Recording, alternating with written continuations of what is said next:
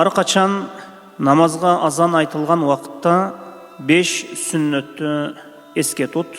Біріншісі, азанды ұғып, азанда айтылған азандың сөздерін айтып тұр.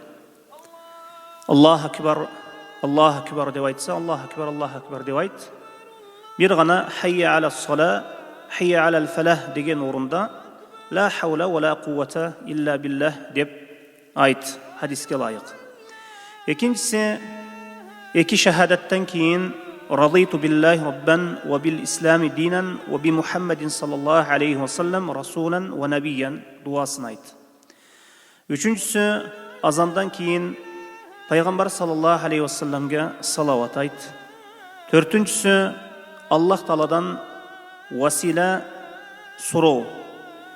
Азан оқылып болынғандан кейін Аллахумма рабба хадихи даъвати тамма деген дуа, мына ушул дуаны жаттап ал.